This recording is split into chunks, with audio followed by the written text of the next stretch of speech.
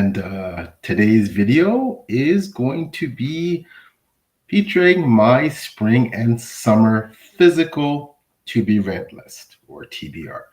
So on my last update video, I had mentioned that I was prioritizing the many books I had on my shelf, great physical books that I purchased, certainly with the intent of reading them all, and that I was really going to curtail my buying habits, buying more books that I really want, until I devoted some serious time to reading these books on my shelves. And just kind of that theme of appreciating what you have and getting these books read.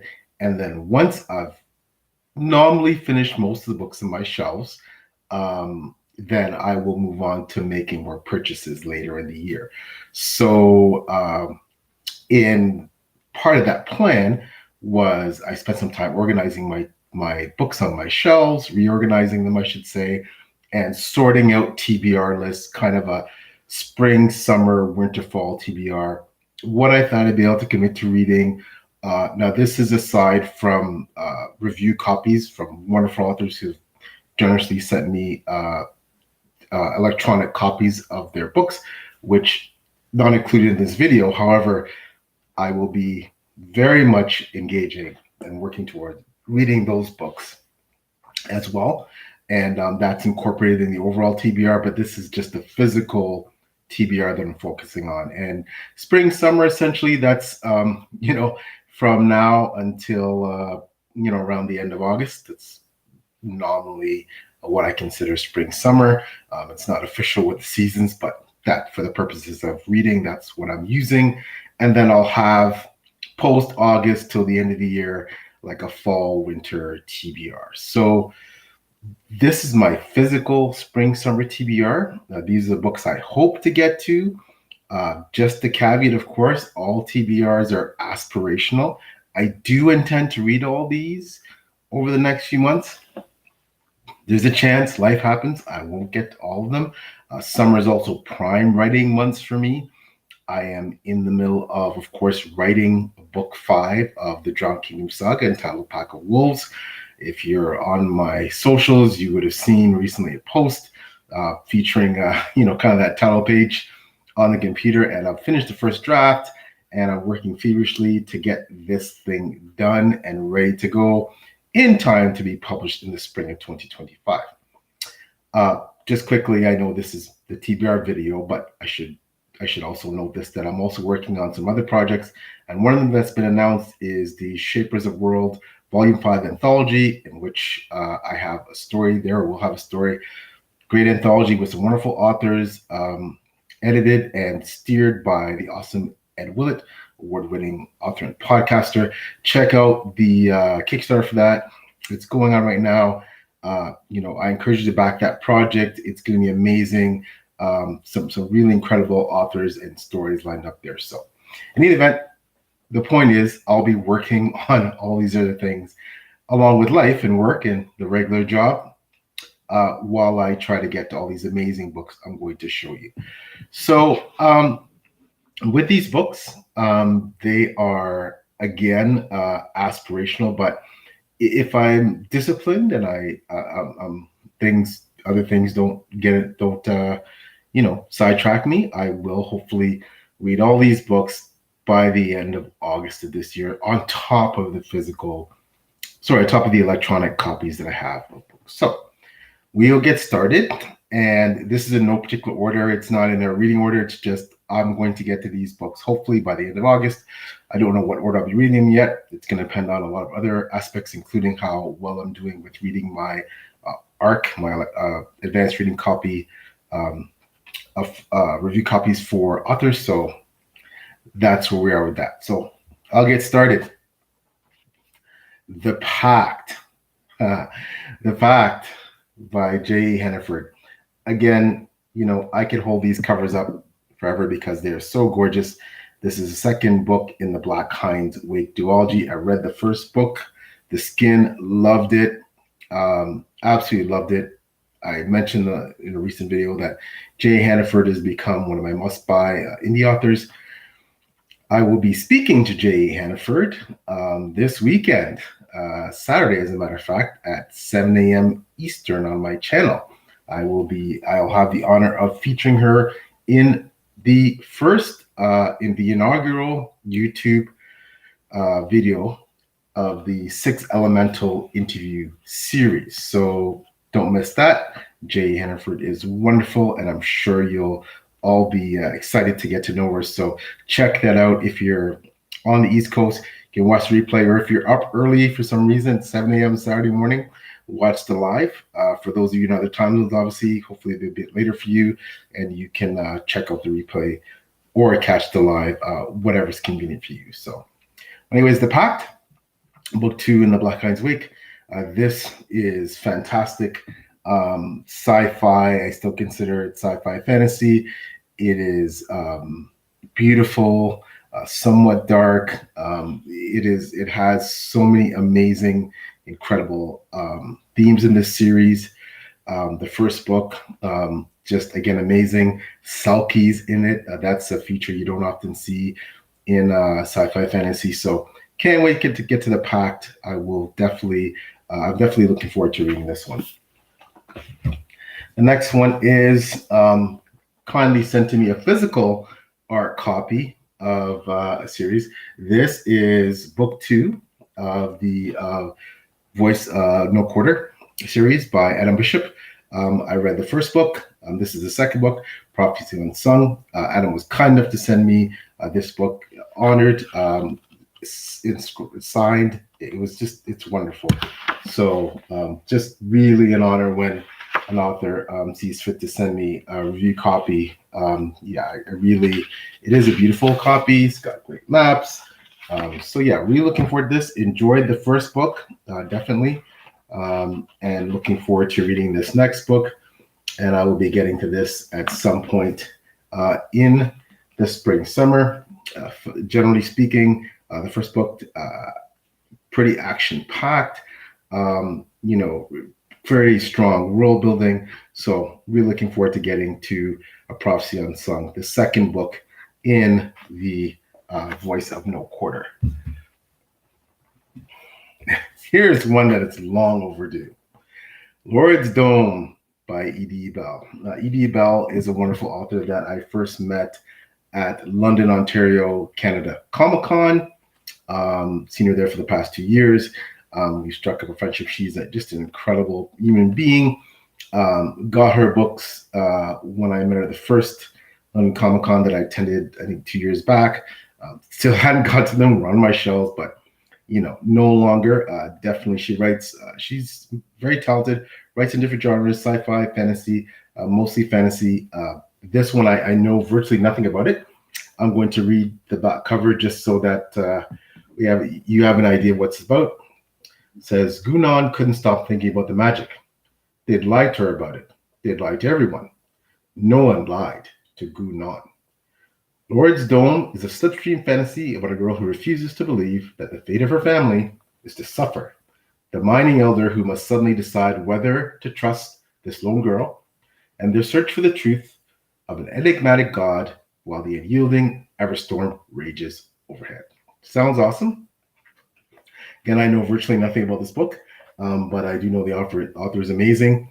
Once I read it, I do plan to have Emily at some point on my channel and interview her and hopefully talk to her about this book. I'm hoping that I like this. It's a short read, so should be able to knock this off fairly easily. Looks like it's about 180-ish pages, so that could be a day read for me if I have the time off. So I will looking forward to Lord's Dome. Another book, fascinating one that this came to me, ALTHINGI came to me by way of my dear friend and amazing fellow author, Bjorn Larson. And he spoke to Joshua Gillingham, another author, who is the editor of this book, along with Muhammad Aurangzeb Ahmed, another author. So Joshua and Muhammad edited this book. It is an anthology featuring various authors. I'll read some of them out. Linnea Hartsuker, Genevieve Gornichek, Nicholas Kotar, Emily Osborne, Jordan Stratford, Sybilhan Clark, Saima Shah, R.F. Dunham, Katie Felix, Alex Kreese, Geeti Chandra, Eric Schumacher, Shannon Sin, and Bjorn Benjaminson. So, ALTHINGI, an anthology. And this book I know nothing about it other than, and this is the thing that's really hooked me, it is about the intersection between Viking culture and Islamic culture in ancient times. So that alone has got me really stoked. Really fascinated to see what these authors have to say and what kind of stories exist about this element of history. So, I'm a history nerd. And of course, the two elements are also aspects that I find fascinating. So yeah, really look forward to get to this one. Thanks so much, Bjorn and Joshua and Mohammed, from sending me this. This is a short read. It's something like 275 pages. So, and again, it was sent through Josh via Born as a gift. So thankfully, thanks for this, Josh and Bjorn, and I'm really looking forward to getting to that one. So, and all these reads are really exciting. The Cuckoo by Leo Carew. This is the third book in the Northern Sky trilogy. This series is one that I had started a while back, and I hadn't heard that this book was out. I didn't realize it. The author, apparently, Leo Carew, apparently he took a break with writing this series, went to medical school. But the first two books, The Wolf and the Spider, I absolutely loved. This is somewhat of an under the radar series for a lot of people. I don't know if a lot of people know about this series. Essentially, it is it's amazing. The series features the world building in terms of it's an alternate Europe, with the main land being an alternate England, and divided in half by what would essentially be Hadrian's Wall. And on one side of that wall exists a giant race and a more advanced race of giant humanoids, and the other side are more humanoids that are more what we would consider like ourselves. So in terms of size and strength especially, it's a great series. There's a lot of politics. There's outstanding battle scenes. A lot of great again, the politics, the political machinations, scheming. I really enjoy that aspect of this book. Great characters that have to make some tough decisions. Very morally great characters. It's you see both sides of this conflict from these two races that live on either side of this divide of what essentially is Britain. And I guess part of the beauty of this series is, who are you going to root for? Who do you want to emerge triumphant in this conflict? So really great series, fun. Glad I have the third book now, and I can finish the series up. I mentioned about my desire to complete series, that I read a couple of books that were outstanding. So this is part of that. So that will satisfy that need with this series, and very much looking forward to the Cuckoo. It's a fairly thick book. It's about 600 pages, but nothing out of the ordinary for those of us who like our more chunky fantasy books as I do. So the Cuckoo by Leo Carew. This is one I don't think I hear talked about enough, but I definitely will be singing its praises. I'll probably do some kind of an overall series recap and review once I finish the Cuckoo. This is another one I know nothing about, but another gift from an author, Chris Winters. This is called Endless. I'll show you the cover here. It seems to be about some sort of time travel, sci-fi more, but traveling back into ancient history and even more modern historical junctures. So this looks great. It's short read. Again, another short read. It's nice to stack the TBR with some short ones, which gives me a better opportunity to finish what I actually have committed to. It's about 160 pages, and I'll quickly read you what the back cover says. It says, for countless centuries, Isaac Rojas has tried to live the quiet life, but he's forever being pulled to locations just before cataclysmic occurrences. Most recently, he was in New York on 9/11, then in Indonesia when the tsunami hit. Through these events, Isaac is summoned to witness human suffering at its worst. It's a punishment for a deed from long ago.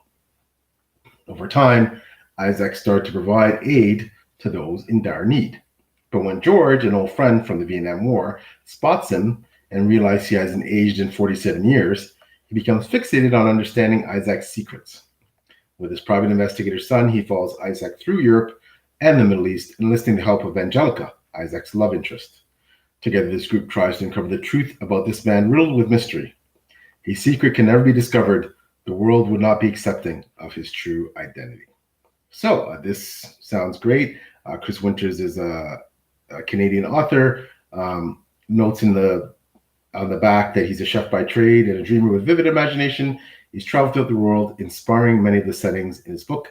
He lives in Hamilton, Ontario, city I know well, with his son. Endless is his first book. So congratulations, Chris, on Endless, the first book. I'm very much looking forward to reading this, and thank you very much for sending this to me as our copy. Again, very honored, and signed there by Chris. Now, here's the book. Again, a long overdue book on my TBR. Aching God, book one, An Iconoclast, by Mike Shell. Now, for those of you who don't know Mike Shell, a lot of you in the indie circles have heard of him. I would consider him somewhat of an elder statesman. I don't mean that by age. I just mean that he is someone who's very well respected in the community, someone who, like the Ben Galleys of the world, like the Rob J. Hayes, like the Dirk Ashtons, looked up to, been in the game for a long time. He has a reputation, very strong reputation for writing quality stuff. And this book was an SBFBO finalist. So it comes with some creds there. Mike Shell's just a great person, human being to interact with. And I know nothing about Iconoclast, the series. I've just heard that this is great. I picked it up intending to read it a long time ago, but now it's definitely overdue that I get there. But I'll give it a quick read of the back cover blurb just to give you an idea. And it says, closer, mortal, you are here finally to feed the aching God. The days of adventure are past for Auric Manteo. Retired to the countryside and isolated with his scars and riches, he no longer delves into forbidden ruins seeking dark wisdom and treasure. But just as old nightmares begin plaguing his sleep, he receives an urgent summons back to that old life. To save his only daughter, he must return to the place of his greatest trauma, the haunted Barrowlands. Along with a group of inexperienced companions and an older soldier, he must confront the dangers of the ancient and wicked Jajo civilization. He has survived fell beasts, insidious traps, and deadly hazards before, but how can he contend with the malice of a bloodthirsty living God? Sounds phenomenal. So again, can't wait to get to this. Around 500 pages, so right in my wheelhouse. Looking forward to reading this book and hopefully continuing with the series in the future, the Iconoclast series. And this is book one, Aching God by Mike Shell. Now, I talked about GGK, Gavril K, and getting some more GGK in my reading diet. Well, the FIONAVAR Tapestry, one of his best known works, is definitely on the TBR. And this is the entire trilogy, The Summer Tree, The Wandering Fire, and The Darkest Road. This is around 700 to 800, more like 800 pages. But again, this is 3 books. I can't wait to get into this. I've been very vocal about GGK and, me being what, some might consider a pro snob. If you want to use that terminology, I love elevated prose. GGK, he definitely gives me my fix elevated prose, a la Jenny Wirtz and some other writers that I adore, the way they write, the way they use words and language like this. I'm really looking forward to this. Don't know much about it. I believe it does involve, it is fantasy, but it does involve like more of the time travel thing between modern and back into and then into portal fantasy, going into other settings, fantastical settings. So again, don't know much about it, but looking forward to reading it. It's GGK. Don't think we can go wrong here. So yeah, I'm really looking forward to reading this trilogy. And finally, on the TBR, we have a book that my dear friend Alicia from Birdie on Books. Check out Alicia's channel on YouTube. She's fantastic. Dear friend of mine, we share birthday and we exchange birthday presents. And she asked me what book did I want more than anything else as a birthday present. And I picked this one, The Words of Kings and Prophets by Shauna Lawless. This is book 2, Gale Song. I absolutely love the first book, Children of Gods and Fighting Men. I cannot wait to get to this one, book 2. The characters, chef's kiss. The political scheming, spot on, what I love. So this book, highly touted, the series. The author, is quickly ascending into the ranks of very well-known and well-respected authors. This series is great in terms of the Irish folklore and mythology. The author's research is impeccable in that regard. This, if you like Bernard Cornwell and his Saxon stories, if you want to think about the TV version, The Last Kingdom, this is your kind of book. And I'm really stoked to read this. Absolutely loved book 1. So that completes the spring summer TBR. In the comments, let me know what your upcoming reads are, what you plan to read over the spring and or over the summer too. And please feel free to like, comment, and subscribe. And yeah, let me know what you're reading. Let me know what you think about my TBR. If any of these books that you've read, if some of them you might be interested in. So once again, that is my video for today, and we will talk to you next time. Thanks for watching and listening. Take care. Bye-bye.